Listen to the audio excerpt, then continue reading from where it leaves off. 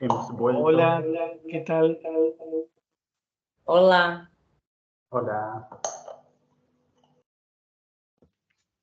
¿Alguien más por ahí? Yo por aquí. Buenísimo. Susana. ¿Susana? Sí. Sí.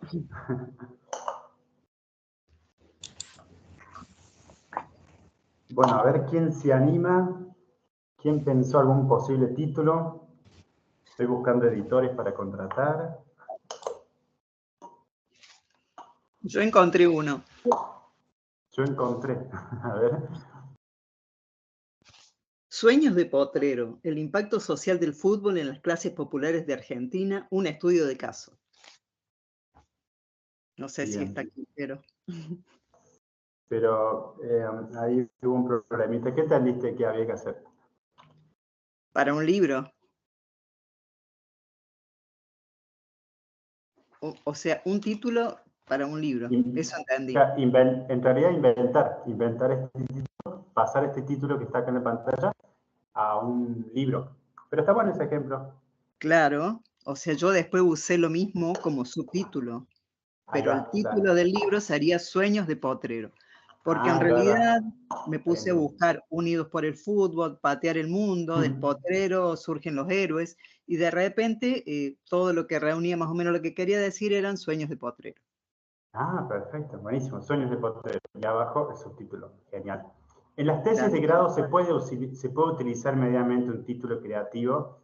Por ejemplo, yo vi una que era Tu club, tu barrio, y después venía el subtítulo académico.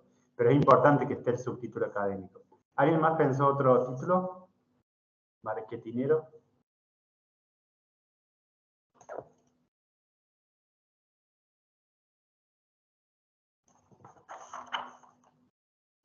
Así ya van practicando para su futuro libro. Yo tengo un título para el libro, del barrio Chacaritas a la selección argentina. Perfecto. Muy bien, muy lindo. ¿Alguien más?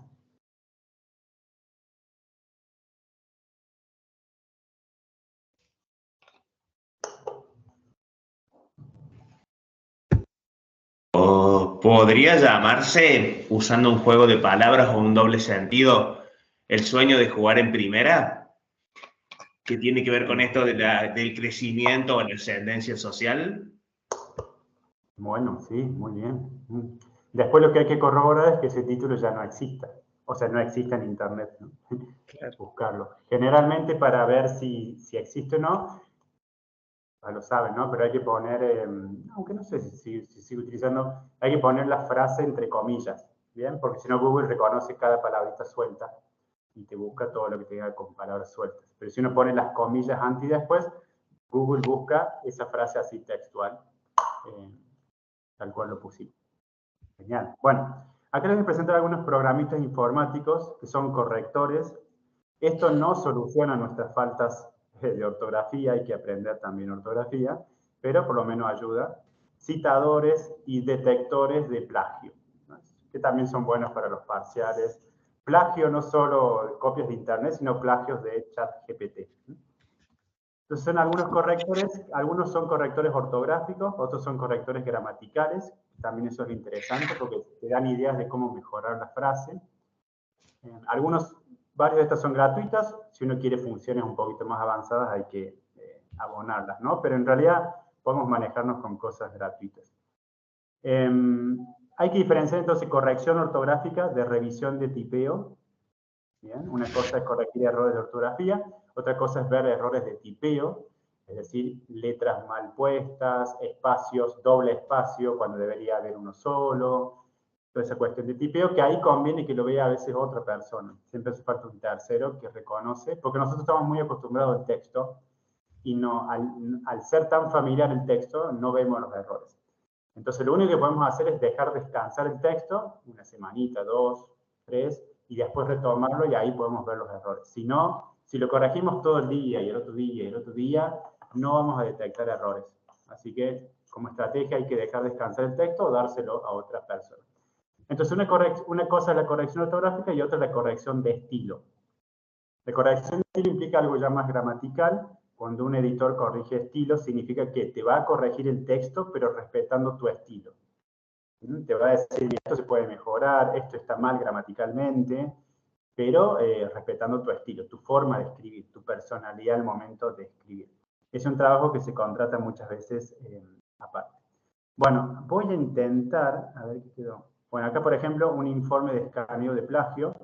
Lo que uno hace es copiar un pedazo de texto, por ejemplo, si tiene que corregirlo, lo copia en este detector de plagio y el detector va a decir si está plagiado o no y en qué porcentaje. Entonces, este párrafo lo saqué de un artículo, por ende, 100% plagiado. Y también les voy a pasar un artículo que lo vi hace poquito en un curso que estaba ofreciendo un profesor de Brasil, sobre IA, inteligencia artificial, y los usos del chat GPT en educación superior, que está aquí. Este archivo es ofrecido por la UNESCO, chat GPT e inteligencia artificial en la educación superior. Y ahí relata, bueno, un poco cómo aprovecharlo académicamente, este chat, teniendo en cuenta algunas cositas, como por ejemplo que tiene información hasta el 2021, entonces a partir del 2021 está desactualizado, pero bueno, se va a ir actualizando, etc. Incluso hay como crear cuentas, etc. Pero yo les voy a pasar un link que no hace falta crear cuenta y se puede utilizar. A veces tiene algunas demoras porque hay mucha gente usándolo, ¿no? Ya que tiene todo el formato. Pero recuerden que se puede usar tanto para conversar, ¿sí? Y reconoce la conversación, como para pedir, dar órdenes para hacer cosas. Entonces, convertí este título en esto. Mejorar este párrafo académicamente. Este párrafo que tiene 10 oraciones, hacelo más corto, ¿no? Entonces, por lo menos uno tiene ciertas ideas de cómo mejorar el párrafo. Tiene muchos usos y para eso hay que darle instrucciones y poner verbos, ¿no? Mejorar, escribir esto en 50 palabras, etc. Bueno, a ver si puedo compartir los links. Bien. Hay alguien que tiene el micrófono abierto, hay un poquito de ruido.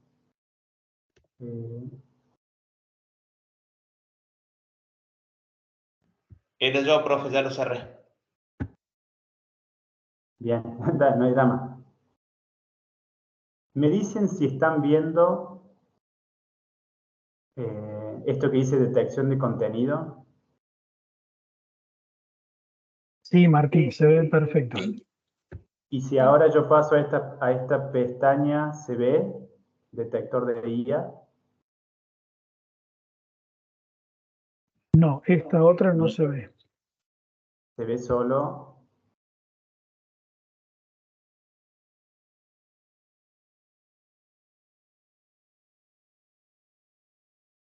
O sea, yo cambio de página y ustedes no lo ven.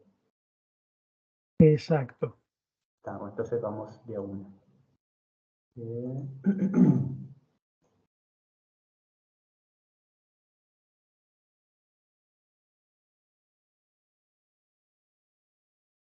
Bien, acá tienen el detector de plagio, que veíamos recién. Uno copia el texto ahí y pone comprobar plagio, incluso comprobar gramática, otra función. Y ahí le da este informe de si es plagiado o no. Cerramos ahí. Todos estos links después yo se los paso por mail. Aguántenme que tengo que hacer de a uno esto. Vamos por otro link.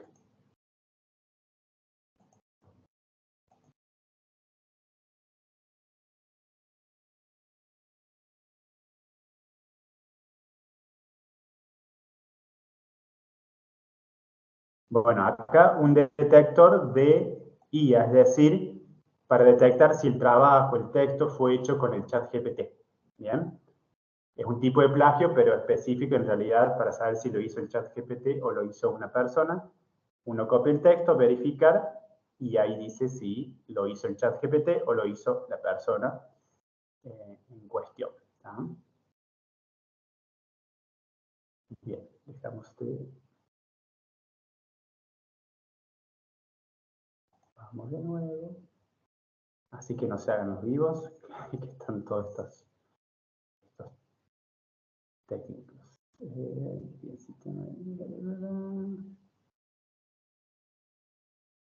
Bien, después algunos correctores. Bueno, acá uno, por ejemplo, copia el texto o después vino la hora cantaba siempre. Bueno, uno copia el texto, envía. Bueno, y uno puede empezar, puede ir configurando qué tipo de corrección puede hacer. Acá no se ve. Bueno, pues por ejemplo, dice esta frase no empieza con mayúsculas, reemplazar con. Hay varios de estos que yo les voy a pasar que, bueno, tienen que ir aprendiendo a usarlos, ¿no? ¿Este lo están viendo? Corrector online. Sí. Sí, perfecto.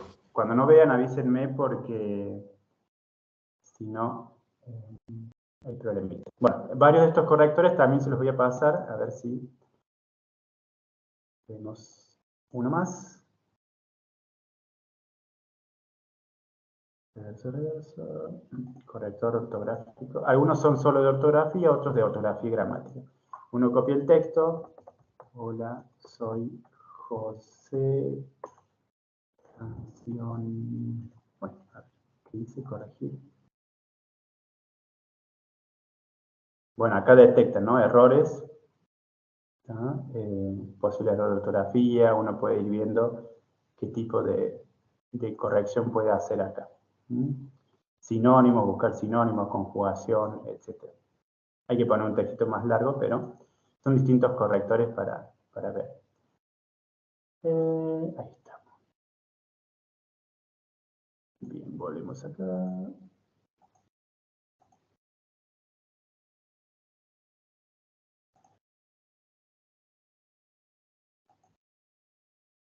Ahora, ¿qué están viendo en la pantalla?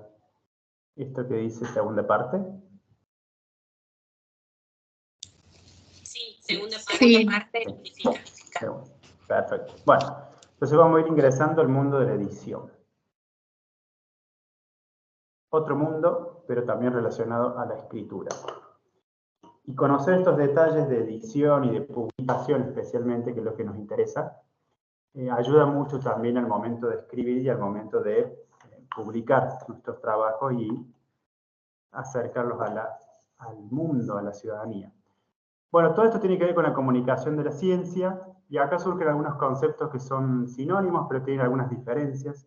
La comunicación pública de la ciencia, ¿no? Que tiene que ver con la interacción entre científicos y público, que puede ser, ese público puede ser especializado, como no especializado. Siempre que comunicamos algo, hay comunicación de la ciencia. Cada vez que hacemos un artículo, una tesis, una ponencia, hay comunicación de la ciencia y comunicación pública cuando interactuamos también con el público.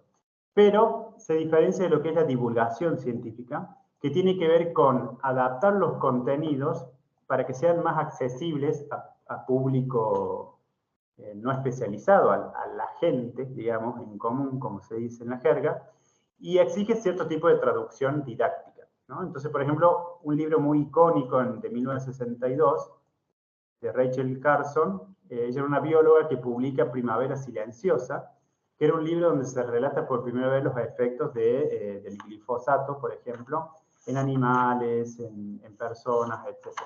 Y este libro, esta científica, lo hace para que pudiera leerlo cualquier persona, y no necesariamente un ingeniero agrónomo.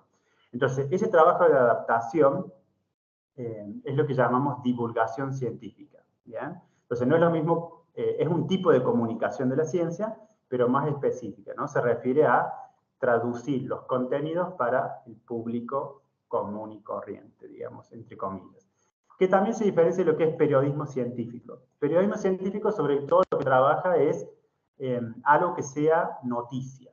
Entonces, cuando, por ejemplo, se descubrió una vacuna o algo, como es una noticia, entonces ahí entra lo que es periodismo científico, y generalmente está a cargo de alguien que se dedica al periodismo, pero que suele invitar a alguien especialista en el temática, que lo que está haciendo es comunicación pública de la ciencia. El científico, la científica hace comunicación pública de la ciencia, pero la persona periodista hace periodismo científico.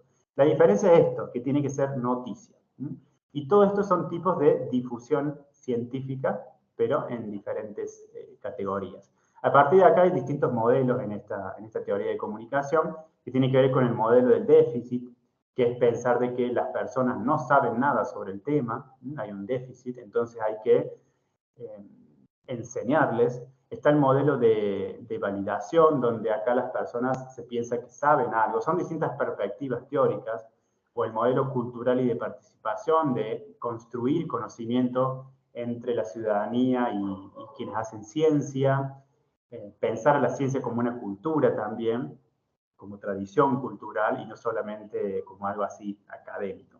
Entonces, por ejemplo, si vemos estos tipos de libros que se ven mucho por ahí en biología, como la colección Ciencia que ladra, con Diego Colombek, etc. Los Simpson y la filosofía, ¿no? ¿Qué les parece? ¿Se trata de periodismo científico o se trata de divulgación científica? ¿Qué les parece? Cuando yo hago un libro adaptando cosas de filosofía y tomando ejemplos de los Simpsons. Me parece divulgação científica, ¿no?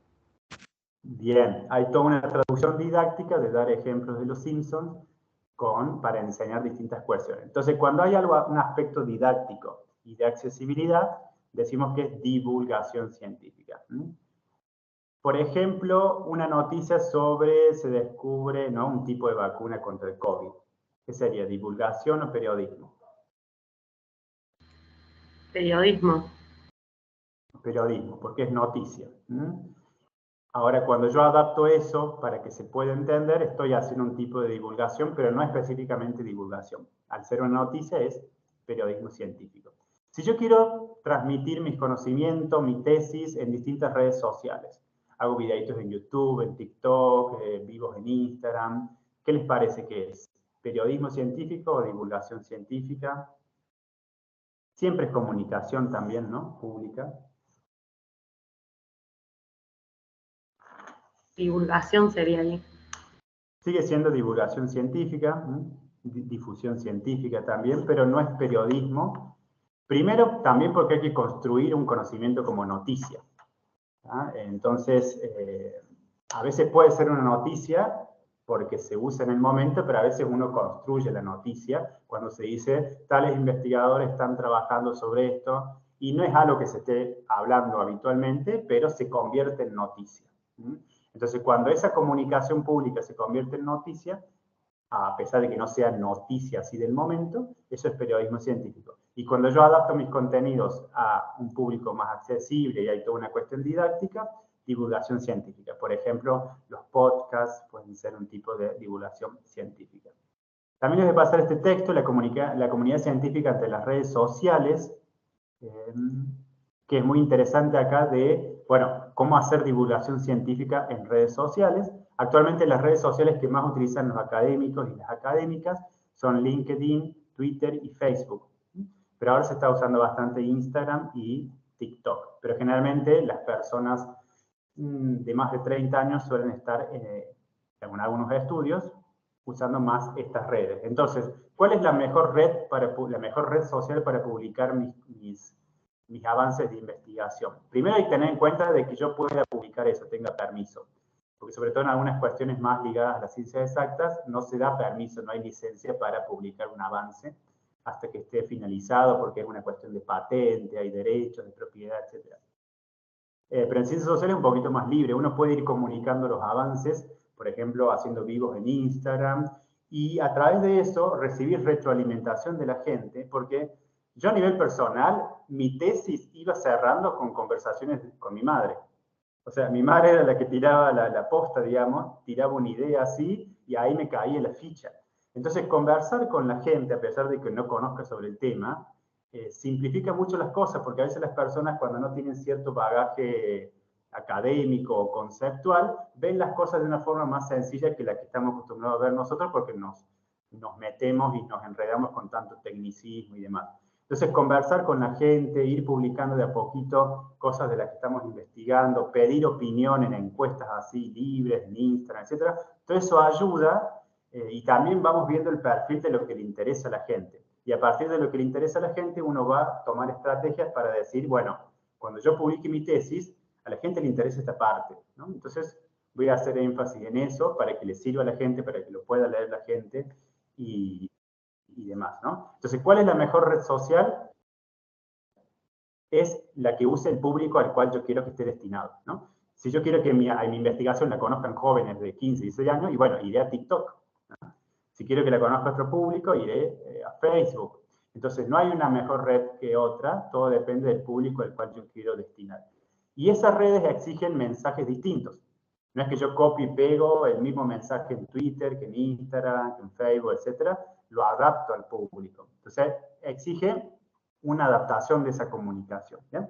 Eso nada más para tener en cuenta todo lo que es, hay un marco epistemológico de la comunicación pública de la ciencia, que se conoce como ese marco, como un campo de estudio de la comunicación pública de la ciencia, y dentro de ese campo, al cual estamos más acostumbrados, son las revistas científicas, que es lo que más pesa si uno quiere hacer currículum académico.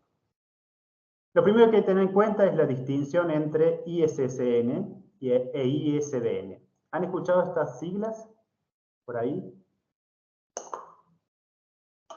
Sí, dicen por ahí. Sí, sí.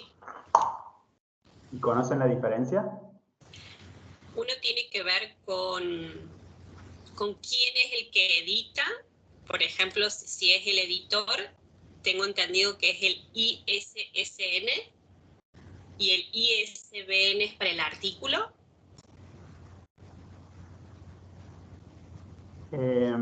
Como diría un biólogo, no. No. Está mal. Bien. Perdón la crueldad. No es la idea. Son dos siglas bastante parecidas, si se fijan se diferencia por un solo numerito. El ISSN y el ISBN son, digamos, el DNI, el número de identificación de qué. En el caso del ISBN, de los libros. Todo ISBN, todo libro atrás, verán que tiene, ¿no?, un código de barra, no se ve acá, pero si agarran cualquier libro en la contratapa, tiene un código de barra y tiene este numerito, fíjense acá cómo está en imagen. Es el número de identidad del libro. Bien, cada libro tiene un solo DNI que es reconocido mundialmente con ese numerito. Entonces el ISBN es la sigla en inglés de International Standard Book Number, ¿no? Número internacional estandarizado para libro. Entonces, cada libro tiene un ISBN. Ese ISBN tiene 13 dígitos. Si uno cuenta los numeritos, tiene 13 números que tienen un orden e indican distinta información.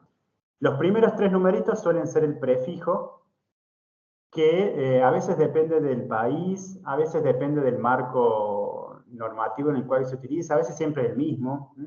Por ejemplo, Argentina antiguamente utilizaba el prefijo 950, después pasó al 987. Si ustedes agarran un libro por ahí en sus casas, van a ver que la mayoría arrancan con 987, ¿no? En este caso 978. Y actualmente, hace un año, se está empezando a usar el 631 como número inicial, que no da mucha información.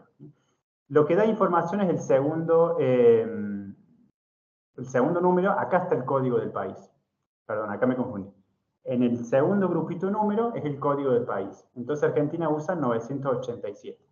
Cada vez que veamos el 987 acá, en la segunda parte, significa que es un libro argentino. España va a tener otro código, Brasil va a tener otro código. Uno tiene que tener una listita de los códigos y sabe de qué país es el libro. Luego viene el sello editorial. El sello editorial es lo que nosotros llamamos la editorial.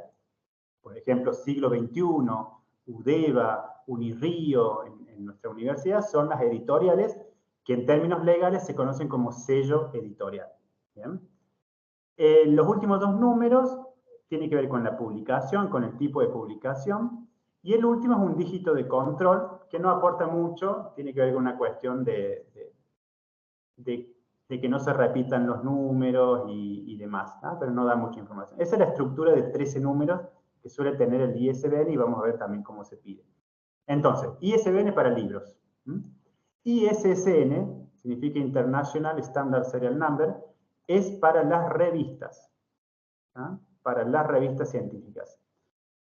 Entonces, acá la diferencia es que cada revista tiene un ISSN único, no cada artículo. ¿Bien? Cada revista tiene un ISSN. Entonces, todos los artículos que se publiquen en esa revista, ya sea en el 2015 o en el 2030, van a usar siempre el mismo ISSN. ¿Ah? Es un número de 8 dígitos, dividido en dos partes.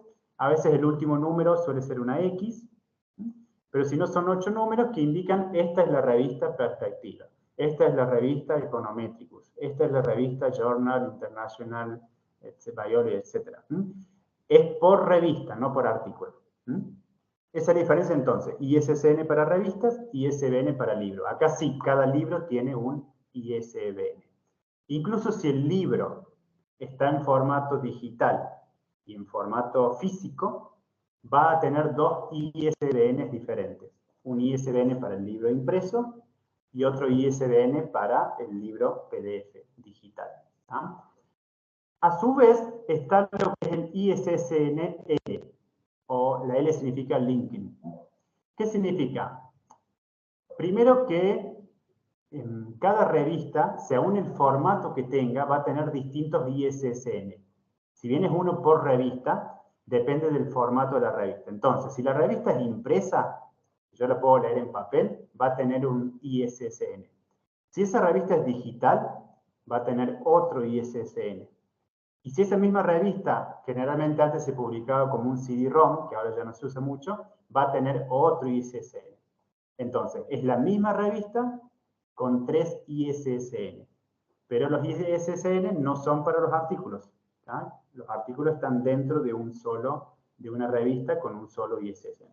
Para juntar estos 3 ISSN, se creó el ISSN-L, que significa, es un número que junta a los 3. Entonces uno sabe que cuando consigue este numerito, significa que aplica para todos los formatos de las revistas. Bueno, dije muchas veces ISSN, quiero saber si se entendió la diferencia.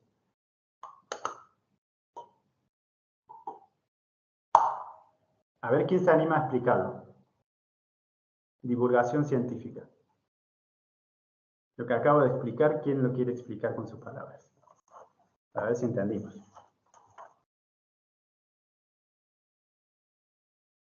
Chan, chan, chan, chan, chan, chan. Silencio total. Vamos, alguien se tiene que animar. ¿Qué sería, estás preguntando qué sería algo de divulgación científica? No, que me puedas explicar la diferencia entre ISSN e ISBN. Ah, bien, y por lo que entiendo, ISBN es con los libros, digamos, o sea, todo lo que sea publicaciones en libros. Digo que tienen todos estos libros, el código atrás, que va a indicar, bueno, después voy y disgregaste bien cada parte a lo que va a hacer referencia en ese código, y ese SN es específico para lo que sea en revistas. Perfecto. Y bien, ¿y cada artículo va a tener un ISSN o es solo para la revista?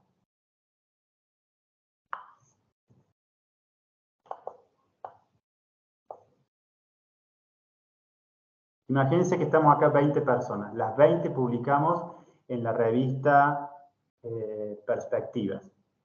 Nuestros 20 artículos, ¿cada uno va a tener un ISSN distinto? No, es el mismo. Entonces, si todos publicamos en la misma revista, es uno por revista, ¿tá? No es por artículo. En cambio, acá sí, es uno por libro. Incluso si el libro es físico, tiene uno. Si es virtual, digital, tiene otro. Y si es una colección, imagínense Harry Potter, también va a haber un ISBN para la colección. O sea, Harry Potter tiene, no sé, 7 libros. Cada libro tiene un ISBN y toda la colección de Harry Potter tiene otro ISBN. ¿Ah? Y eso se registra aparte, que ahí les voy a enseñar cómo es. Bueno, cuando ustedes, esto ya lo vimos, esos datos suelen estar acá arriba en la revista. La revista suele tener, se organiza generalmente en años, en números, ¿bien? Gustavo, ¿dónde sí. queda registrado todo eso? ¿Dónde se registra? Ahí les voy a enseñar también cómo se hace, en un ratito.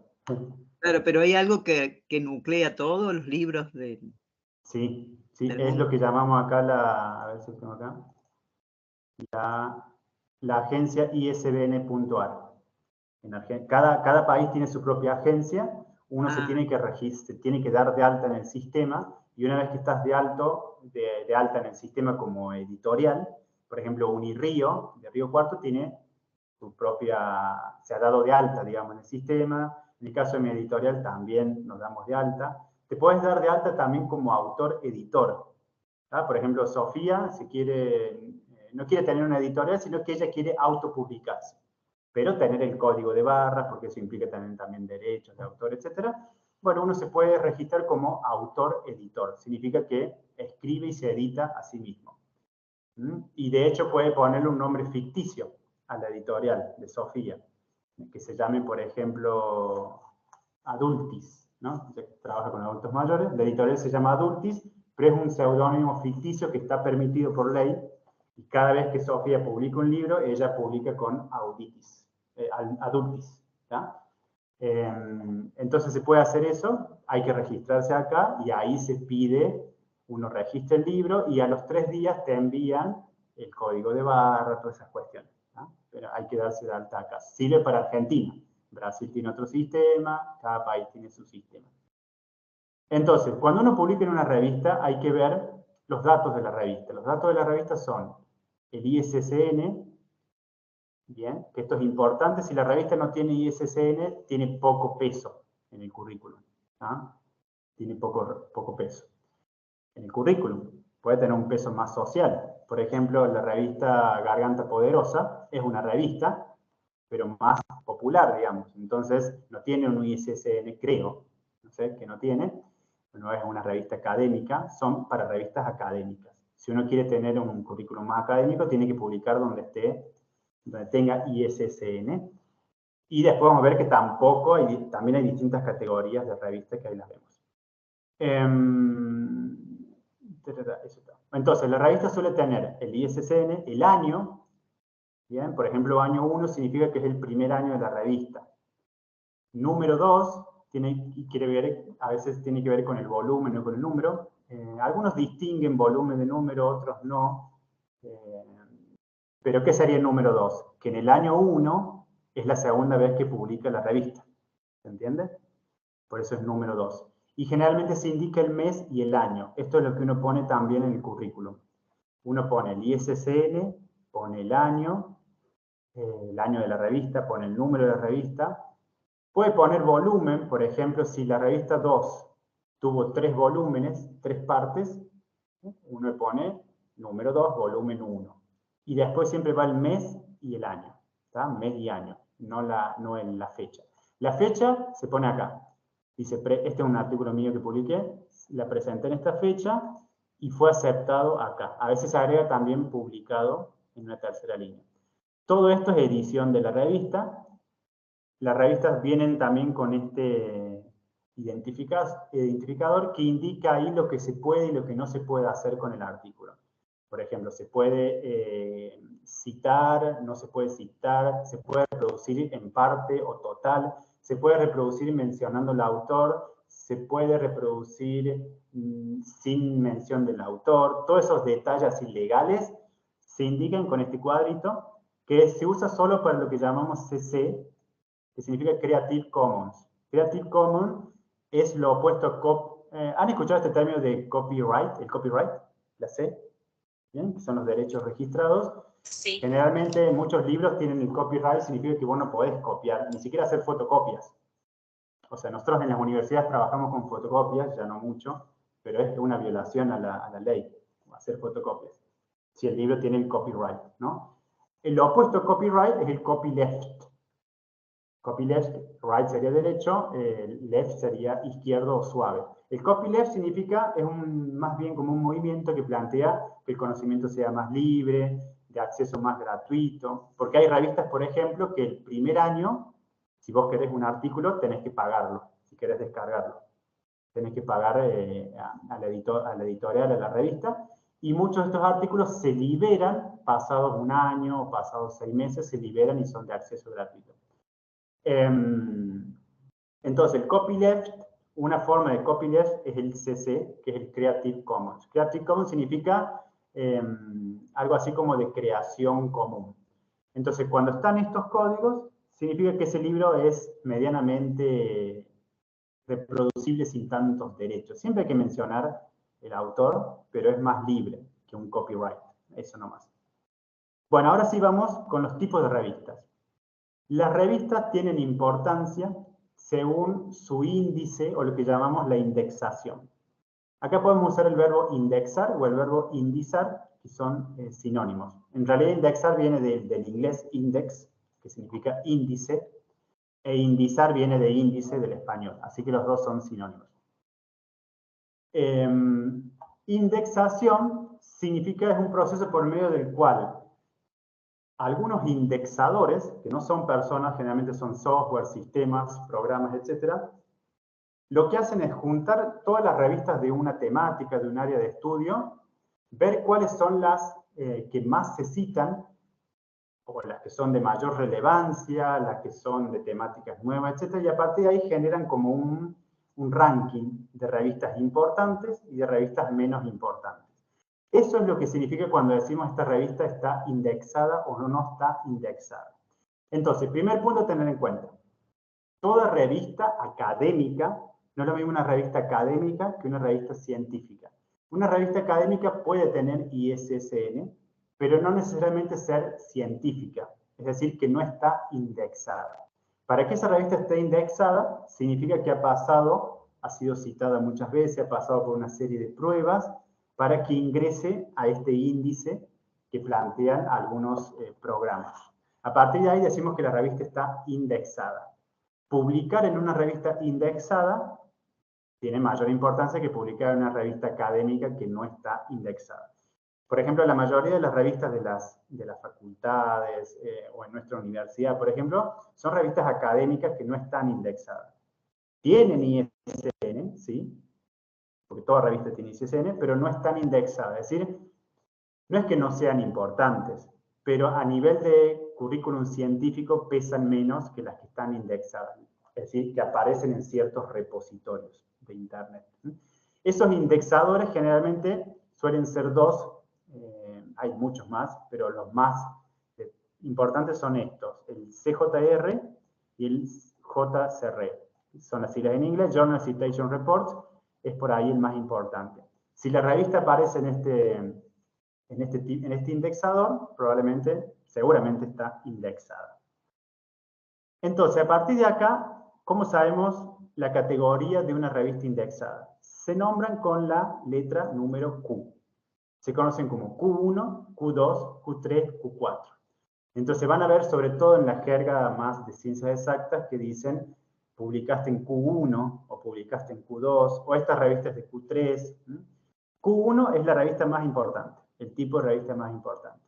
Q2 un poquito menos, Q3 un poquito menos, Q4 un poquito menos, pero por lo menos está indexada. ¿Ah? Entonces quiere decir que mi artículo está circulando en Internet en todo el mundo. Eso también significa. ¿Cómo se llega a estos Q? Este Q significa cuartil. Cuartil primero, segundo, tercero, cuarto. Si algo no entiende, me frenan. Matemáticamente y sencillamente sería así. Imagínense, área de estudio, economía social. Cantidad de revistas en el mundo sobre economía social, hay 40. Imagínense que hay 40 revistas que publican sobre economía social. Bueno, esas 40 yo las divido siempre en 4 grupos. Por eso son 4 cuartiles. En 4 grupos. Iguales. 10, 10, 10, 10. ¿Qué significa que una revista esté en el cuartil 1? Significa que está en las 10 revistas de esas 40 más importantes. De esas 40 revistas, las 10 primeras son más importantes, después vienen las otras 10 o las otras 10. Si yo publico en Q1, significa que estoy publicando en una de las 10 revistas más importantes de economía social. ¿Se entendió? Eso es simplemente. No hay un número porque depende de la cantidad de revistas que haya, depende del tema, etc. Pero siempre la división es la misma. Todas las revistas de un área, las divido por 4, las más importantes, hay ciertos criterios de importancia como cantidad de citas, cantidad de presencia en distintos repositorios. Para esto, Internet tiene muchos programas. Por ejemplo, Google lo que hace es reconocer todos estos datos paratextuales que están en el artículo. Google, por ejemplo, toma un artículo, todo lo que nosotros subimos a la nube, Google lo toma. Y toma el título, toma el abstract, toma las palabras clave. A veces algunos leen directamente todo el artículo y las veces que se citó tal autor. Y a partir de eso va generando estos índices. Una técnica de Google, por ejemplo, de inteligencia artificial, es revisar el final de los artículos para ver la bibliografía. Y ahí se va computando la cantidad de citas que un autor fue citado. A mí, por ejemplo, cada 2x3 me llega un mensaje, no sé de dónde, que dice tu artículo fue citado. No sé cómo llega a eso, pero es inteligencia artificial, ¿no? Entonces Google toma todo esto, algunos leen solamente lo externo, que es lo que le llamamos metadatos, el título, el nombre, la revista, el abstract, y algunos leen el texto por dentro. Porque una cosa, por ejemplo, es estar citado al final del libro o del artículo, y otra cosa es cuántas veces fue citado ese autor dentro del texto. Porque a lo mejor yo aparezco al final una sola vez en la bibliografía, pero dentro del texto fui citado 7 veces.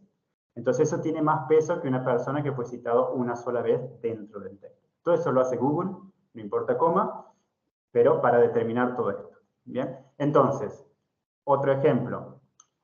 En ciencia política, todas las revistas que hablen sobre federalismo. Bueno, hay 10, pensemos, a ver otro numerito, 60 revistas que hablan sobre federalismo en el mundo.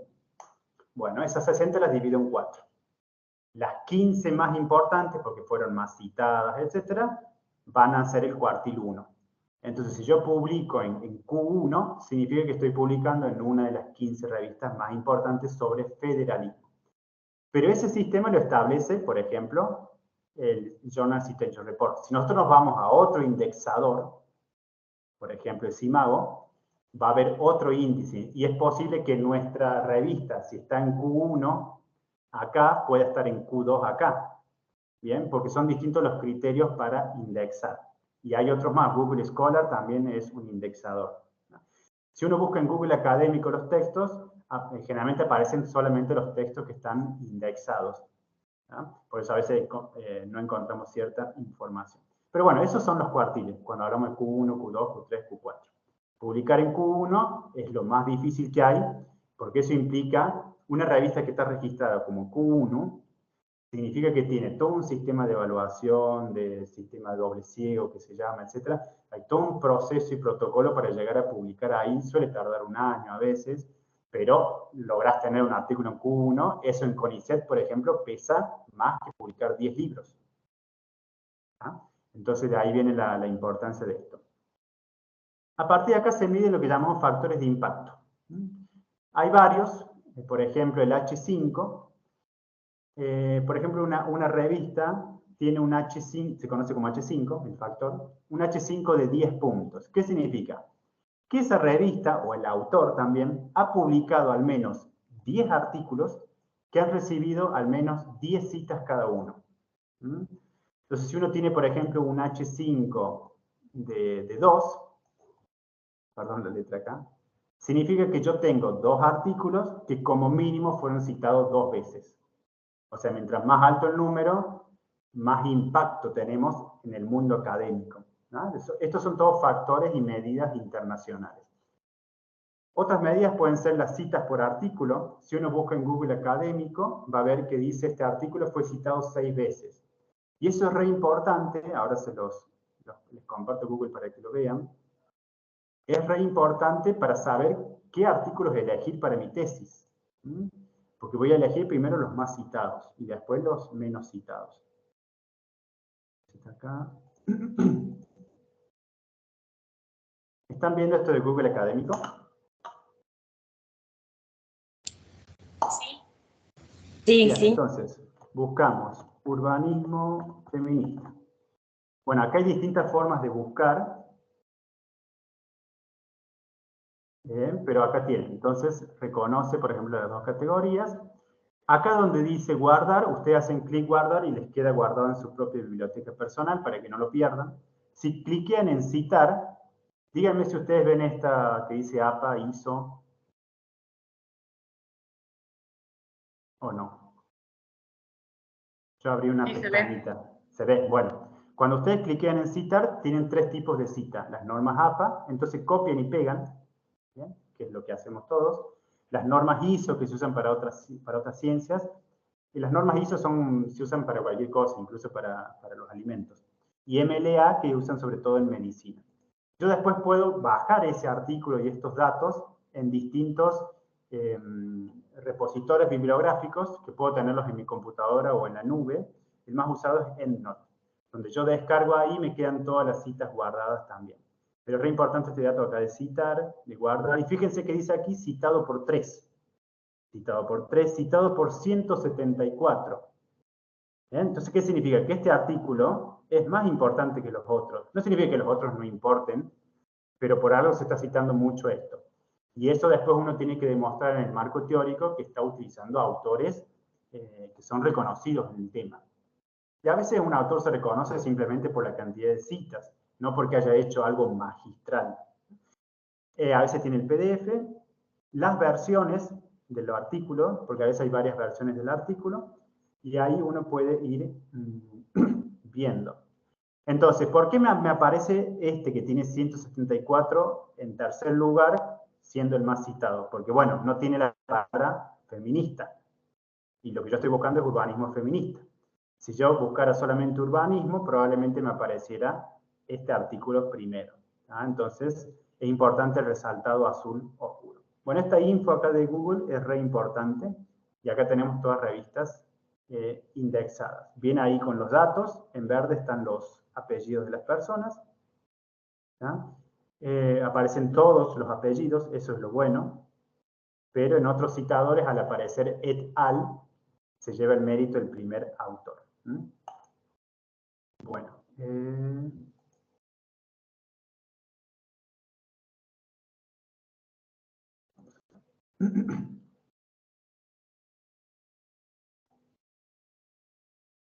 Tenemos también el índice de citación, que lo que hace es comparar autores. Bueno, tanto Sofía como Guillermo escriben sobre adultos mayores, pero Guillermo está más citado que Sofía, o viceversa. Entonces este es un índice que compara entre autores. Otro factor de impacto en el mundo académico, ¿no? Es el factor de impacto de 2 años o de 5 años, acá lo sigue en inglés, que significa que es el número total de citas dividido por el número total de artículos de la revista en los últimos 2 o 5 años. Entonces, por ejemplo, si una revista tiene factor 5, de impacto 5, significa que, por ejemplo, tuvo 500 citas de 100 artículos. Entonces, esa revista, por ejemplo, en los últimos 5 años publicó 100 artículos y fue citado 500 veces. Cuando yo divido 500 por dividido 100, cantidad de citas dividido por cantidad de artículos de los últimos 2 años, me queda el número del factor. Este número muchas veces lo sacan estos indexadores, Google, etc., y a partir de ahí incluyen una revista dentro de estos cuartiles. A veces el proceso automático, a veces uno tiene que hacer un proceso de pedido de indexación. Entonces uno ingresa a las plataformas, sube la revista, sube los artículos, las estadísticas, y después alguien, no sé quién, lo acepta e ingresa al cuartil 1, 2, 3 o 4. Pero algunos procesos son automáticos, otros hay que pedirlos aparte. ¿Bien? Todo lo que rodea el texto le llamamos metadatos, y esto es con lo que trabaja Google a nivel de inteligencia artificial. El título, el nombre, el año, la revista, etc. Todos esos datos son públicos y aparecen en distintos repositorios, aunque no lo sepamos. Puede que el texto no aparezca, pero sí van a aparecer los datos, los metadatos. ¿tá? Todo eso se agrupa también en lo que llamamos DOI. Esto no vamos a trabajar mucho de esto, que significa identificador único y permanente. ¿no? Entonces, cada artículo, cada cosa que publicamos tiene un documento, tiene un número. Ese numerito puede ser, así como las páginas tienen un URL, se le llama DOI, se le llama URI, etcétera, que es como un número que identifica a ese texto, o a cualquier otra cosa de digital, en este caso. Cuando hablamos de políticas de derechos de autor, las políticas de derecho de autor son 2. Las legales de cada país, ¿bien? Y las propias de cada revista. Entonces, cuando hablamos de políticas editoriales, se refiere a, bueno, esta revista dice que los primeros 6 meses el artículo se va a vender y después de 6 meses es libre, me guste o no es libre. Yo decido si publicar o no. Esas son las políticas editoriales de cada revista. Después tenemos políticas de derechos de autor que se tienen que ver, en nuestro caso, con la Dirección Nacional de Derechos de Autor. Bueno, esas políticas están publicadas en las páginas web de las revistas y hay que leerlas. Incluso a veces hay que firmar un contrato de que se acepta, es una firma a veces digital. A veces las revistas generalmente tienen una web, una plataforma donde uno carga los artículos y ahí hace la firma digital, previamente se registró, subió sus datos, etc. Y carga todo ahí. Otras veces las revistas, cuando no tienen una página, tienen simplemente un contacto, un mail. Entonces uno envía el mail, el artículo recibe una respuesta, pero es todo vía mail. Eso depende del tipo de revista. En Córdoba, por ejemplo, la mayoría de las revistas de la Universidad de Córdoba tienen su propia plataforma, su propio usuario y contraseña, y uno sube los artículos ahí. Si no los sube ahí, imposible que se publique. No se hace nada vía mail.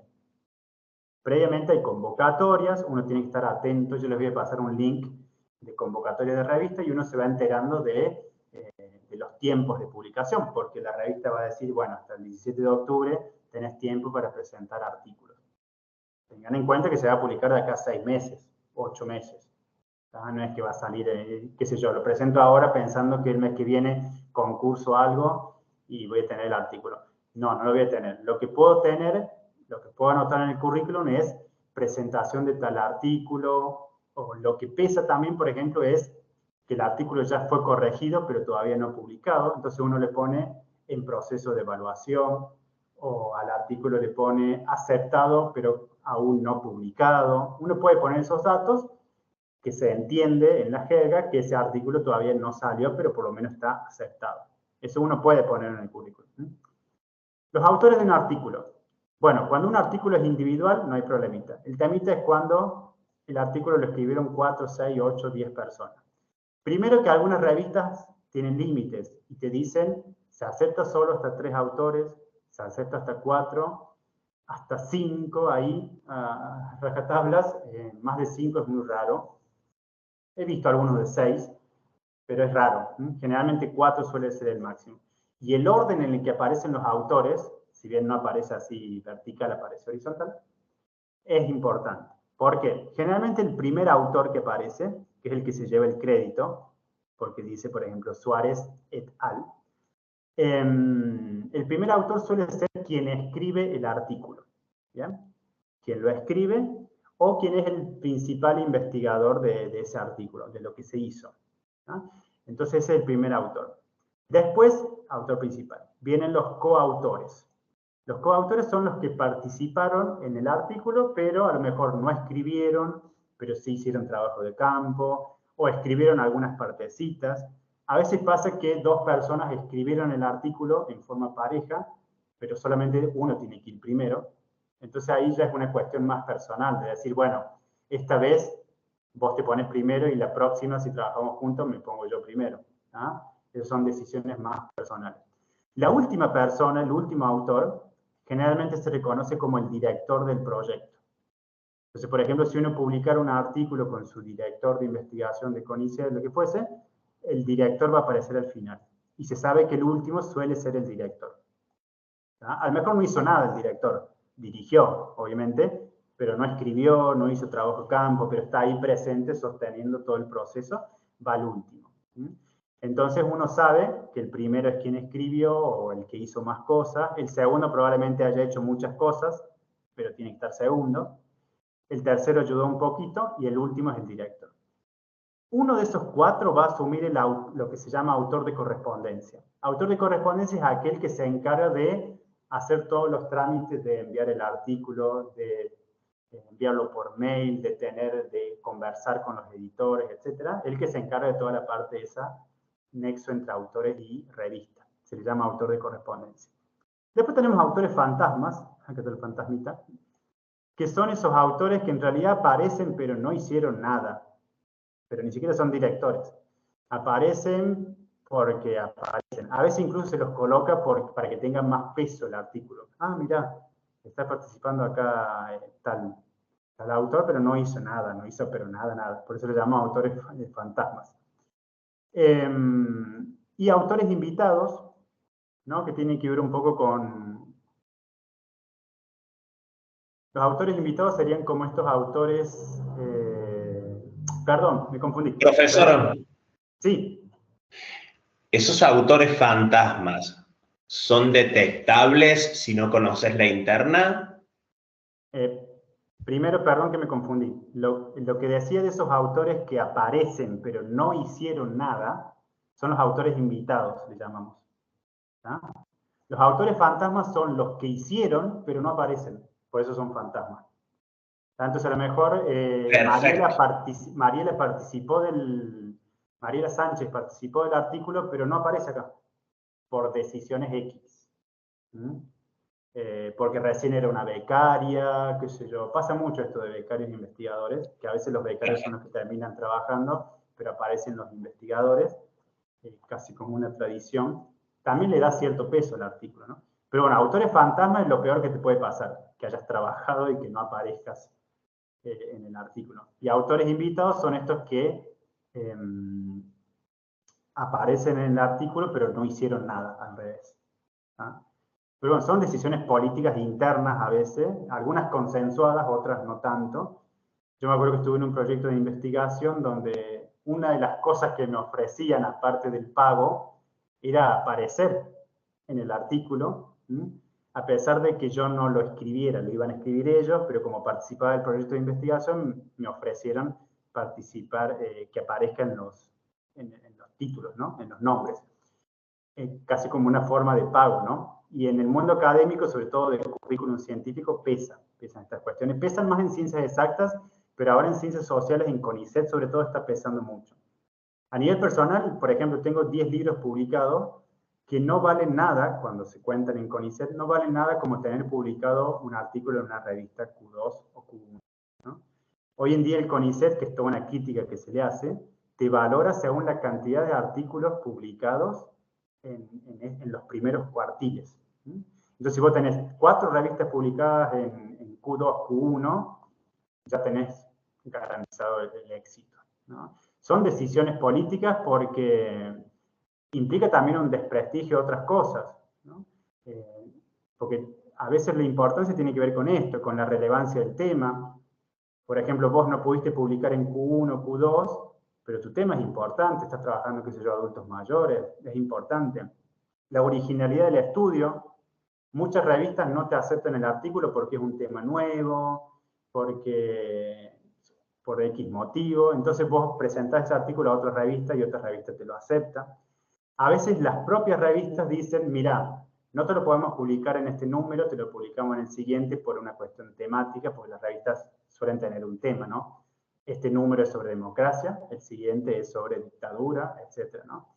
A veces las revistas tienen una parte que es dossier libre. Dossier libre significa que ahí se publica sobre cualquier tema, que no son los temas propios de ese número, de ese año de la revista. Y a veces la propia revista te dice, mira, este artículo no va para esta revista, pero lo voy a redireccionar a otra revista, ¿no? Y te dice, mira, lo envío a otra revista. Genial. A veces lo tiene que hacer uno mismo. Y hay cierta cuestión subjetiva, porque en algunas revistas te critican mucho el artículo, en otros casi que te lo admiran. Entonces ahí depende mucho de quiénes te evalúan el artículo, ¿no? Que eso lo vamos a ver ahora. Todas las revistas las podemos encontrar en diferentes repositorios. Si se acuerdan esto de metodología, tenemos fuentes primarias, secundarias y terciarias. Primaria es cuando yo consigo datos a partir de mi propia investigación. Hice una encuesta, una entrevista, esos datos son primarios, ¿bien? Han pasado solo por mí, son míos. Cuando esos datos yo los obtengo de otro, ¿bien? Por ejemplo, un artículo, una encuesta realizada por otra persona, son fuentes secundarias, porque ya pasaron por un proceso de otra persona y yo los tomo como datos. Y fuentes terciarias son las que juntan varias fuentes secundarias. Entonces, por ejemplo, una revista puede ser una fuente terciaria que reúne artículos que son fuentes secundarias. O un repositorio es una fuente terciaria de varias revistas. Entonces, hay varios repositorios, yo les voy a pasar links para que los busquen, donde están todas las revistas indexadas, y etcétera, para ver si uno, por ejemplo, dice, bueno, quiero publicar en Cuestión Urbana, en esta revista, pero bueno, voy ahí, busco y se aparece porque está indexada. A veces la propia revista dice, esta revista está indexada en tales lugares. Esos lugares generalmente son estos que aparecen acá. Tal vez algunos lo escucharon. Dialnet, son repositorios de revistas indexadas. Cielo. Entonces, si una revista dice, está indexada en Cielo, significa que es un repositorio donde todas las revistas que están ahí están indexadas. Están en este índice de cuartiles. Redalic es otro repositorio. Después le voy a pasar unos links, etc. Pero hay muchos. Estos son los más conocidos con los que trabajamos en ciencias sociales. Económicas hay otros. Después hay un número de DNI para cada académico o para cada investigador, que ustedes lo pueden pedir incluso siendo estudiantes, que es el número ORCID. Algunas revistas se lo van a pedir. El ORCID es una sigla en inglés, traducido, identificador abierto de investigador y colaborador. Es tu DNI académico. Entonces, por ejemplo, en varias revistas te piden no solo tus datos institucionales, sino te piden el ORCID. ¿Y cómo? ¿De dónde santo saco el ORCID? Bueno, uno ingresa a la página oficial de ORCID, que es una organización que surge en 2012, se registra y automáticamente, por ejemplo, este es mi número, te tira tu DNI de investigador. ¿Para qué sirve esto? Primero es un número internacional irrepetible, o sea, es solo para vos. Es internacional. No tiene vencimiento, a menos que se acabe el mundo, y el Internet no se vence. No cambia a pesar de que cambie de nombre. Imagínense que uno quiere cambiar de nombre, o qué sé yo, si hizo una reasignación de sexo, lo que fuese, cambia de nombre, no importa. Tu ORCID sigue siendo el mismo. Bien, es prácticamente un catálogo personal tuyo. El ORCID trabaja de dos maneras. Una manera manual, donde yo entro a la página, porque es un usuario y contraseña, y voy cargando mis artículos. Entonces, todos esos artículos se cargan a mi ORCID, y cuando una persona busca este numerito, deberían aparecer los artículos que yo escribí.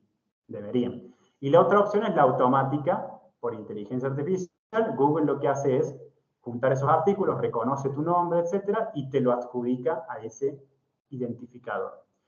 ¿Para qué sirve esto? Para los casos en que los nombres de los autores se repiten. Imagínense que tenemos Susana Monge de Argentina y Susana Monge de España. Bueno, ¿quién es la que escribió el artículo? ¿Cuál de las dos? Entonces, en esos casos, para eso sirve el ORCID, para que no haya confusión sobre quién escribió el artículo. Entonces, es un número que se puede pedir, yo les paso el link, se registran y les queda para toda la vida académica.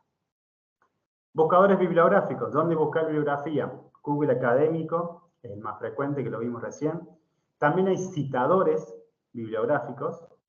Por ejemplo, Script se usa mucho para citar distintas cosas, sobre todo lo que tenga el link. Entonces, por ejemplo, yo quiero citar un video de YouTube, copio el link ahí y me baja la cita según las normas APA séptima edición, por ejemplo. Ahí se los muestro. Después tenemos los que son gestores bibliográficos. Fíjense la diferencia. Buscadores de bibliografía, citadores de bibliografía para citar y gestores de bibliografía. Gestores son aquellos programas donde yo puedo tener en mi computadora o en la nube todos los textos y PDFs que quiera ordenaditos. Entonces, en vez de tenerlos en carpetitas en mi compu, que a veces puede que las pierda o se borran o olvide dónde está el pendrive, guardo todo acá. Lo que yo les recomiendo son estos dos, especialmente este, Mendeley. Uno ingresa a Mendeley, se registra, carga todos los PDF que quiera y los puede ir ordenando, va generando etiquetas, categorías, los puede ir leyendo ahí mismo en la plataforma, ir resumiendo, cambiando metadatos, etc. Pero tiene todo ordenadito. Incluso está en la nube. Entonces, si lo perdemos físicamente o en nuestras compus, sigue estando ahí. EndNote es otro programa un poquito más sencillo que guarda también la bibliografía. A veces no los textos, pero sí los títulos y demás. Que esto se puede descargar directamente desde Google Académico. Uno cliquea cita y dice EndNote. Pero el Mendeley es el que les recomiendo más. Entonces, estábamos hablando, ya nos queda poquito, aguanten un poquitito, lo que es revisión por pares. Entonces, una revista académica para estar indexada tiene que tener revisión por pares, seguro tiene revisión por pares. Significa que nos revisamos entre nosotros mismos. A veces las revistas convocan y te dicen, necesitamos revisores o editores. Y uno se postula, envías el currículum y te aceptan como revisor, por ejemplo. Tenemos la revisión cerrada. Dice, donde los revisores son conscientes de las identidades de los autores, pero los autores no saben quién revisó su manuscrito. ¿Ah? Entonces, yo sé los nombres de los autores, pero ellos no conocen mi nombre. ¿Ah?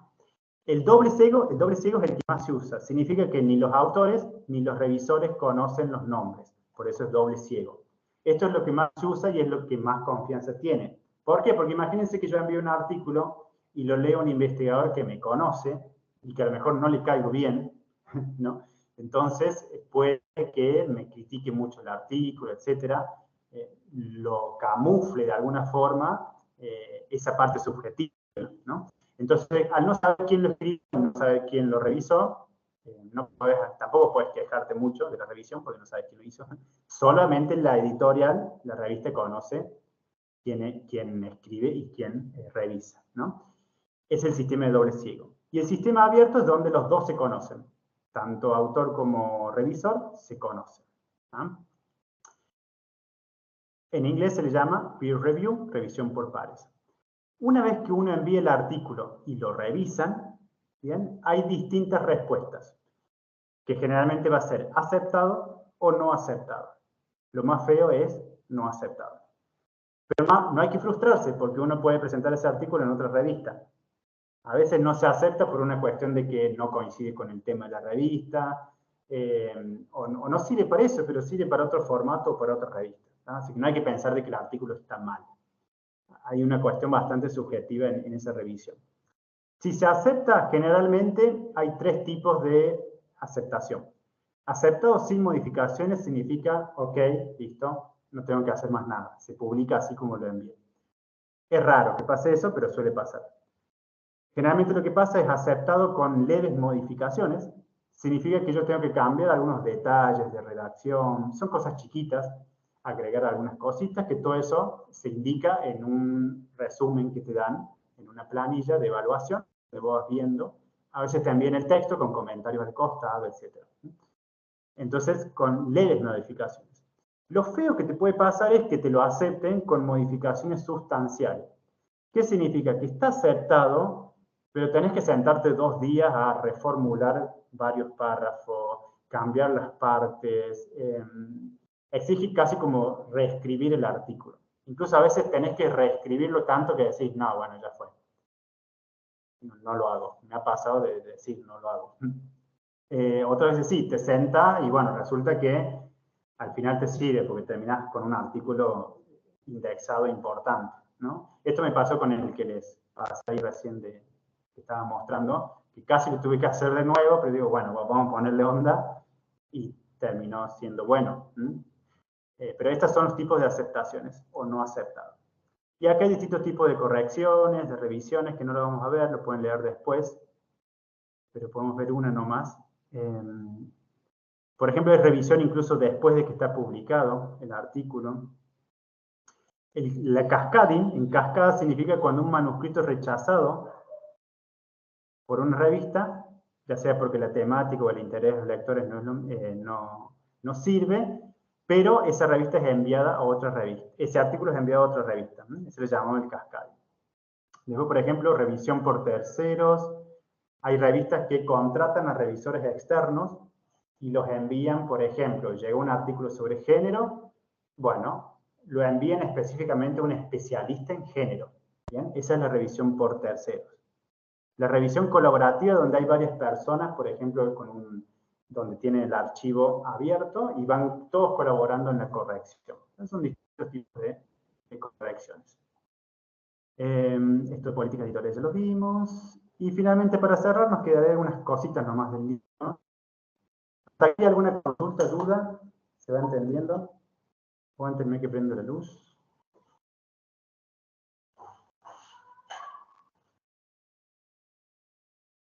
¿Alguien quiere comentar algo? ¿Les sirve esto? Les va a servir, eso sí. No sé si les sirve ahora, pero les va a servir. Después sería interesante, profe, que nos llegaran los enlaces, alguna Todo eso. información que nos pueda ampliar esto, y porque han sido muchas cosas que son súper interesantes todas y puede ser a lo mejor un tanto difícil recordarlas, más que nada en la accesibilidad a esos recursos, ¿no? Tal cual. Sí, yo les voy a organizar un PDF con todos los links, un título que va a decir, bueno, corrector ortográfico y el link, ¿no? Buscador de bibliografía y el link. Lo que tienen que ir haciendo es empezar a familiarizarse con eso. Un día se sientan o lo dejan ahí como un recurso disponible para usar alguna vez, y de a poquito van conociéndolo y los van usando a medida que les haga falta, ¿no? Pero esos recursos son muy importantes hoy en día aprovecharlos. Para cerrar nos queda la cuestión del libro, ¿sí? Y ahí hay una lucha, una briga entre el autor y el editor. Incluso en las revistas, uno lucha con los editores o con los revisores. Lo que hay que pensar es que quien edita está pensando no solo en el autor o en la autora, sino también en quien va a leer.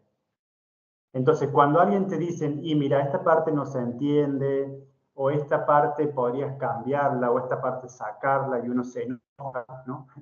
No, tiene que estar... Bueno, es porque el editor está pensando en quien va a leer también. Es un nexo entre el lector y el autor. Y a veces están estos problemitas de lucha de personas por ahí que no quieren cambiar su texto, porque no están pensando también en quien va a leer.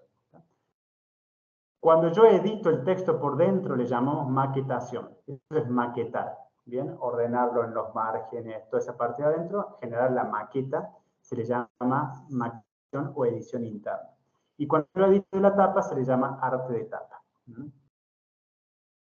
Partes de un libro, bueno, como para que se conozca, tenemos la tapa, que sería la cubierta. Hay también una sobrecubierta, generalmente para los libros de tapa dura, suelen tener como una hojita más finita, porque la tapa dura no tiene nada. Entonces, la tapa, digamos, la portada está en una hojita laminada. Tenemos la solapa, acá suele ir la carita del autor, la biografía. La otra es la contrasolapa, donde acá van, por ejemplo, los títulos del autor, otros títulos que tenga. La ceja es ese ganchito que sale por arriba, ese decorado que suelen tener algunos libros, que es un pedacito de tela, como si fuese una ceja. Bueno, contraportada o contratapa. Después tenemos la portadilla, que son las primeras hojas de los libros. Vieron que suelen tener, por ejemplo, una hoja de respeto se llama, que es una hoja en blanco. Se le llama hoja de respeto para no arrancar directamente con el libro. Una hojita en blanco o de color. Y después viene el título, y después viene el título de nuevo. Esas son portadillas, son como portadas más chiquitas. Porque hay que ir pensando que entramos a una casa. Entonces, es como entrar a una casa y aparece el baño así, de entrada, ¿no? Entonces, no, vamos de a poquito. Vamos por el living, vamos por el pasillo y llegamos al baño. Tipos de publicaciones, puede ser impresa, puede ser una reimpresión. La reimpresión no exige ISBN, ¿tá? No exige, pero sí el ebook o el libro digital tiene un ISBN distinto del libro impreso. Cuando uno pide el ISBN en el sistema, que ahí se los muestro, lo que te envían son dos cositas. El sistema ISBN Argentina te envía dos cositas. Lo que llamamos el cuadro de catalogación, que si ustedes empiezan ahora a revisar libros, van a ver que generalmente en la página número 4, conocida como la página de legales, aparece este cuadrito. No es obligatorio usar el cuadrito, pero muchos lo tienen porque llega así en el sistema. Ese cuadrito se llama cuadro de catalogación, que significa dónde está ubicado el libro mío en la Biblioteca Nacional, ¿bien?, de Argentina, y dónde está ubicado dentro de los sistemas de clasificación internacional. Dónde está catalogado, justamente, porque todos los libros están dentro de un catálogo nacional o mundial. Es el cuadrito de catalogación, te lo envían ellos, no lo podés inventar. Generalmente dice el nombre, el título, a veces la cantidad de páginas, el tamaño, el ISBN, la editorial. Acá dice Duncan 2011. No dice editorial, dice directamente el nombre. Y acá vienen los códigos donde está ubicado, los tipos de tema, por ejemplo, biografía de artistas, etc. que eso uno lo tiene que ir poniendo en el sistema. ¿Cuáles son los sistemas de clasificación de los libros? Se utilizan 2 o 3. Tenemos la clasificación comercial internacional, que se usa sobre todo para libros comerciales que circulan. El sistema de clasificación decimal, que se conoce como CDD, que es el que aparece acá. Dice ahí CDD. Que es un sistema internacional también. Decimal porque usa distintos decimales. Y en Argentina usamos un sistema que se conoce como Margarita. Acá le puse las Margaritas para que los recuerden. Que es un sistema un poquito más sencillo que clasifica, por ejemplo, en artes, en economía, en derecho. Son como grandes clasificaciones y uno tiene que elegir las dos. No tiene que elegirlas al tuntún, sino saber dónde ubicar el libro, porque después, si uno quiere encontrar el libro, o para que otros lo encuentren, tiene que estar dentro de ese tema, ¿no? Esta es la página de legales, y vieron que al final suele decir en los libros esta frase, esta leyenda, hecho el depósito que marca la ley 11.723. ¿No? Esa es una ley, la ley de derecho de propiedad intelectual, que no sé si es 1933, sí, igual está actualizada, pero en esta ley cuando se dice hecho el depósito, ¿qué es depositar un libro? Depositar es enviar el ejemplar a la Biblioteca Nacional, ¿bien? Y a la Dirección Nacional de Derechos de Autor. Eso es depositar el libro. ¿Cuándo se hace? Cuando yo ya tengo el libro impreso, ¿bien? O en el caso de un libro digital, se envía en un CD. Hoy en día se puede enviar en un pendrive también. Pero uno tiene que enviar la tapa del libro, una copia, una fotocopia de la tapa del libro, y envía en un pendrive el libro, en caso que sea digital. Eso se envía a Buenos Aires y ahí significa que se depositó el libro. En realidad uno escribe esta frase sin haber depositado el libro. Imagínense que cuando yo recibo el libro, la frase dice acá hecho el depósito, pero todavía no está hecho el depósito. O sea, estamos mintiendo, pero estamos obligados a hacer eso. Y después de enviarlo dentro de los 90 días de publicado el libro, hay que enviarlo a Buenos Aires. Si no le envías, te hacen multa. Se envía a la DNDA, Dirección Nacional de Derechos de Autor. Antiguamente, o sea, vos podés ir físicamente y llevarlo ahí, pero si no, lo envías por correo. Pones los datos y llega ahí, después te llega un mail. ¿Cuántos libros hay que enviar? Esto es como para que conozcan un poquito el mundo del libro, si algún día quieren publicar. Esa es un poquito la idea. ¿Cuántos libros hay que enviar? Que generalmente lo hacen los editores. Si uno publicó, imprimió hasta 100 ejemplares, tiene que enviar un solo libro. ¿Tá? Uno imprimió 100 copias, envía uno solo. Si imprimimos más de 100, hay que enviar 4 ejemplares sí o sí, que van a distintos lugares. ¿Tá? Esa es la única diferencia. Por eso a veces imprimimos 99 para no tener que enviar 4. Pero bueno, esa es la única diferencia. Después de eso hay que pagar algunas cositas. Se paga todo, pero bueno, hay que pagar. Tenemos la Cámara Argentina del Libro, la CAL, que hay que pagarle 250 pesos, no es nada. No sé si se actualizó ahora, pero hace años que sigue 250 pesos, se le paga ahí. Y al Fondo Nacional de las Artes se le paga 4 pesos con 11, que uno dirá 4 pesos, pero hay que sumar todos los libros, que se hacen todo el tiempo y suma. Pero en realidad hay que pagarle un porcentaje. No sé si ahora es 1 o 2%, no me acuerdo, de la cantidad de ejemplares y del monto. Entonces, si por ejemplo yo hice 100 ejemplares que se venden a 2.000 pesos, serían 200.000 pesos. De esos 200.000 pesos, saco el 2% y se lo envío al Fondo Nacional de las Artes. Pero generalmente terminamos pagando 4 pesos con 11. Acá tenemos la Biblioteca Nacional, acá están todos los libros de autores argentinos y de otros países, pero que hayan publicado acá. Cuando uno consigue el ISBN, sirve para Argentina, pero también sirve para todo el mundo. ¿Ah? Pero significa que se publicó en Argentina. El ISBN es garantía de derechos de autor si uno puede utilizar ese ISBN si le plagian el libro. ¿Ah? Pero en realidad la ley dice que cuando alguien escribe, aunque sea algo a mano, y lo firma, ¿no? Con su nombre, eso ya implica derechos de autor. ¿No? Entonces, si uno escribió una poesía y nunca la publicó, pero está su nombre, uno ya tiene derechos de autor, en términos legales. Lo que hace el ISBN es que sea más fácil todo este trámite porque el libro está acá, se puede ir a corroborar si hay plagio, etc. Después hay otro trámite aparte que se puede hacer para registrar el libro, para registrar derechos, pero no hace falta hacerlo en este caso. Con el ISBN ya está. Fíjense lo que sale el ISBN, que como les decía, te envían el cuadrito, el sistema y te envían el código de barras. Uno no tiene que hacer el código, te lo envían ellos.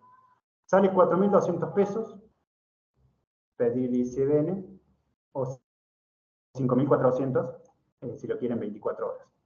En el caso de pedir la reimpresión sale 1.200 para libros electrónicos, etc. Y si uno quiere darse de alta como editor o como autor editor, sale 8.700 registrarse en el sistema. Tipos de editoriales. Hay distintos tipos de editoriales con las cuales uno se puede registrar como editorial. Tenemos editoriales universitarias, que suelen tener un sistema de evaluación también. Entonces es más prestigioso publicar en una editorial universitaria que publicar en una editorial comercial, por ejemplo, donde lo que prima es la parte marketing, económica, comercial, etc. Tenemos editoriales empresariales, hay cooperativas, por ejemplo, que tienen su propia editorial y se registran como editorial de la cooperativa tal, editorial de la fundación tal, editorial de la asociación civil tal. Tenemos editoriales unipersonales, que es cuando uno crea una editorial y es uno solo, unipersonal. Tenemos editoriales independientes, que significa que no están registradas en el sistema, no pueden pedir ISBN, pero publican libros sin código de barras. Después tenemos editoriales artesanales, que generalmente se usan por ahí en microemprendimientos, una cuestión más activista, en ferias, etc. Estos libros así más incluso de armado artesanal del libro, ¿no? Que muchas veces lo que hacen es imprimir libros que ya existen de distintas temáticas, sobre feminismo, etc. Los imprimen, son editoriales artesanales. Editoriales especializadas, por ejemplo, en economía, en ciencias jurídicas. En muchas ciudades están las librerías jurídicas, ¿no? Donde publican este tipo de libros. Y también tenemos editoriales populares, barriales, alternativas, etc.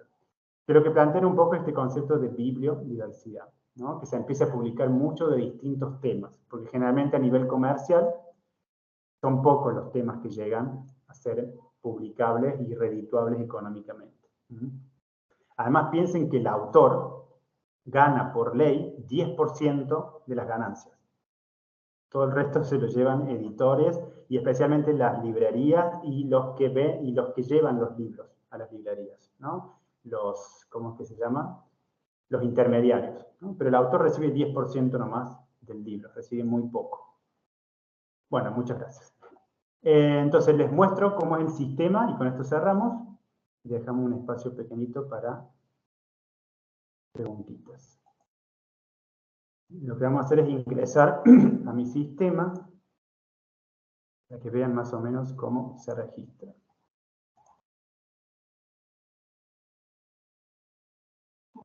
ISBN. ¿Están viendo esto que dice isbnar.ar? Sí. Perfecto.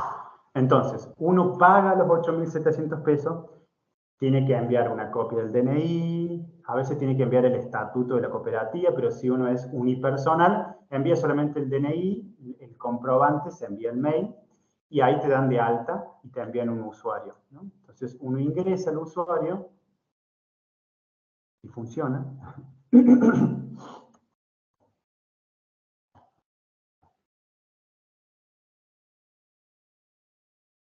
¿Pueden ver? Esto azul, blanco. Sí. Perfecto, ¿bien? Entonces acá, por ejemplo, dice registrar libro. Acá tengo todos los libros registrados. Viene el ISBN, dice finalizado, abonado, etc. Uno ingresa ahí, tiene toda la información del libro. ISBN, código de barras, todo eso se descarga ahí. Todos los datos, etc. Entonces, por ejemplo, uno quiere registrar un libro, registrar libro físico, digital e incluso audiolibro, ¿no? O un libro digital a partir de uno físico, o una reimpresión. Un libro físico, imagínense. Siempre son 5 pasos. Hay que completar los datos del libro, los autores y todas las personas que participan en el libro, características del libro, tamaño, etc. La clasificación, que les decía, el sistema Margarita, el sistema internacional, y finalmente acá hay que pagar. ¿No? Entonces uno, por ejemplo, completa el sello, pone el título, todo lo que está en asterisco es obligatorio. El título era idiomas, español. Es parte de una colección, sí, no, es parte de varios tomos. Parte de obra original, cuando se publica por primera vez. Edición 1, la primera vez. Tipo de edición, por ejemplo, puede ser ilustrada. Público objetivo, todo eso después se indexa también en el sistema. Adolescentes jóvenes. Fecha de publicación, uno tiene que más o menos decir cuándo va a salir el libro a la calle. ¿No? Entonces, junio del 2024.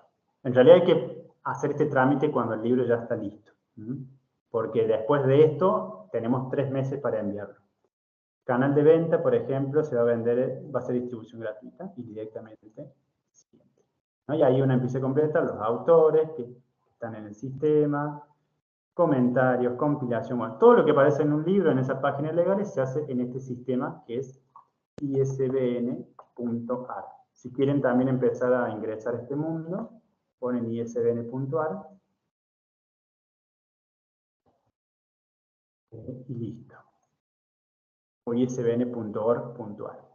¿Ustedes están viendo la página acá, web?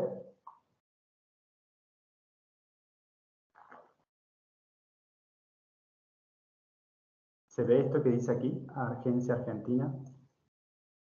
Yo no les veo a ustedes. Sí, Gustavo, se ve. Perfecto, está.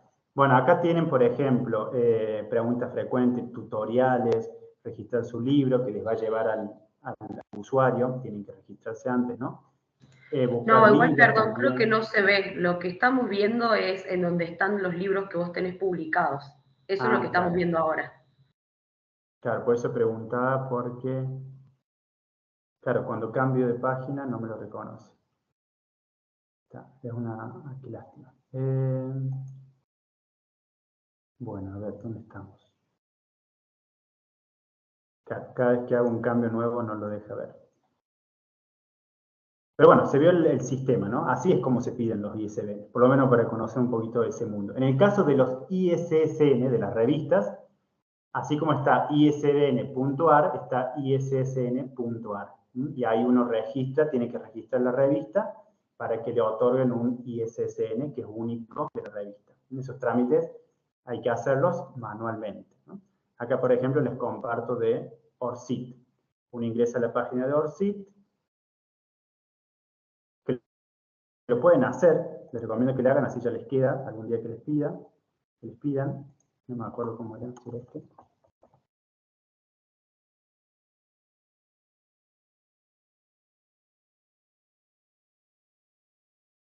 Está en inglés, pero lo pueden poner en español. Díganme si se ve este numerito que estoy resaltando. Sí. Sí, bueno. Entonces ese es mi DNI, digamos, académico. Igual está re vacío porque no lo he actualizado. Pero uno puede poner palabras claves, etcétera, ¿no? Y automáticamente te dan este numerito. Y ahí uno obtiene el ORCID. Que muchas revistas lo piden. Muchas no, pero muchos sí, ¿no? Simplemente hay que ingresar orcid.com y ahí se registran y listo, no hay mucho trámite. Bueno, gente, hay muchas páginas para mostrarles, pero tengo que ir mostrándolas de a una, porque si no, no se ve. Así que más bien lo que hago es pasarles después los links, que los vayan viendo y cualquier cosa después ustedes me escriben el mail puntualmente para algo y lo vamos personalizando un poquito, ¿tá? Muchas gracias. Recuerden que para escribir se aprende escribiendo y a publicar se aprende publicando, ¿tá? Un poco la idea era, por lo menos empezar a conocer un poco de vocabulario. Sé que muchos de ustedes ya están en este mundo, pero muchos probablemente tampoco no conozcan de estas cosas. En el caso de estudiantes o personas que quieran empezar a publicar, ya saben más o menos cómo es el sistema, y no es lo mismo tener más o menos un pantallazo general de cómo es esto de publicar que no saber nada e ir aprendiéndolo en la marcha, que generalmente estamos acostumbrados a eso, ¿no? A aprenderlo en la marcha. Pero son recursos y un poco la idea era presentarlos, ¿no? Así que estos últimos minutitos, si quieren, Pueden comentar, preguntar, quieren que por ahí reforcemos otra cosita o material que necesiten, yo voy tomando nota para pasárselos. Estos 10 minutitos para ustedes y cerramos.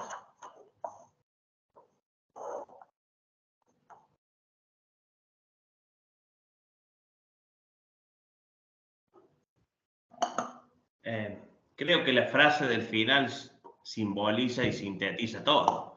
Es todo un camino de construcción y de exploración también. Es muy experiencial, me parece, más allá de que haya un método, hay una diversidad de formas de lograr las cosas que solamente, me parece, se pueden ir explorando a medida que uno va recorriendo el camino, ¿no? Tal cual, Guillermo. Incluso ese camino es muy propio de cada carrera, de cada campo de estudio. Entonces, en el caso de gente que está en economía, tendrán que ver cuáles son los usos y costumbres también que hay dentro de ese ámbito, porque mucho es esto, uso y costumbre. No es que haya puntualmente una regla, sino que es algo que se conoce, pero que nadie lo dice hasta que tiene que hacerlo. Tal cual. Eso es parte también de la alfabetización académica.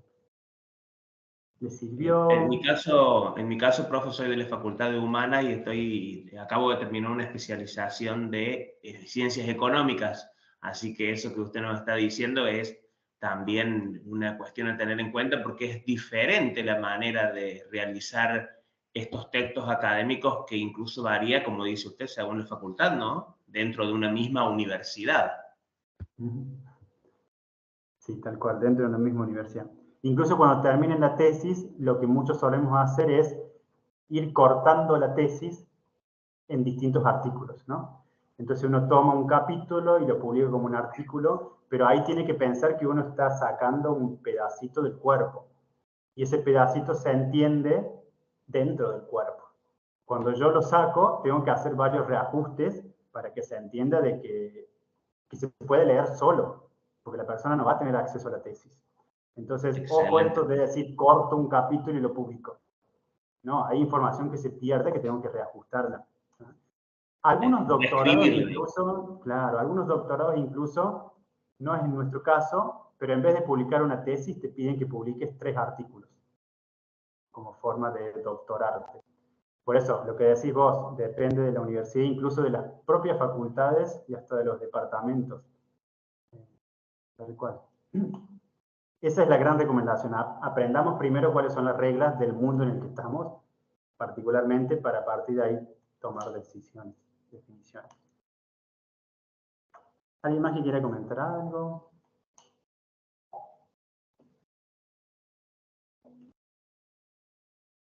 ¿De que están cansados? ¿Nada más? ¿Nada más? Ahí, Sofi. Sí.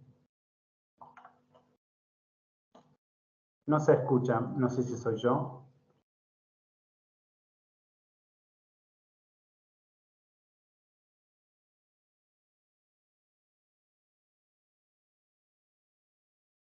No, chat no hay. Bueno, gente, entonces les dejo en paz. Espero que les haya servido algunas cositas. Después, no este finde, pero tal vez ya después del martes de la semana que viene les envío un PDF con todos los links. Algunos vimos, otros no. Vayan cliqueando y viendo de qué se trata. Les paso algunos materiales de lectura y cualquier duda que tengan así específica, me pueden ir escribiendo, no hay problema. ¿No? Bueno, gente, gracias por aguantarme 4 horas. Gracias a usted, profesor. Gracias, muchas gracias. Muy claro. Gracias, buenas tardes. Buen fin de... Gracias por todo, igual. Buen fin de...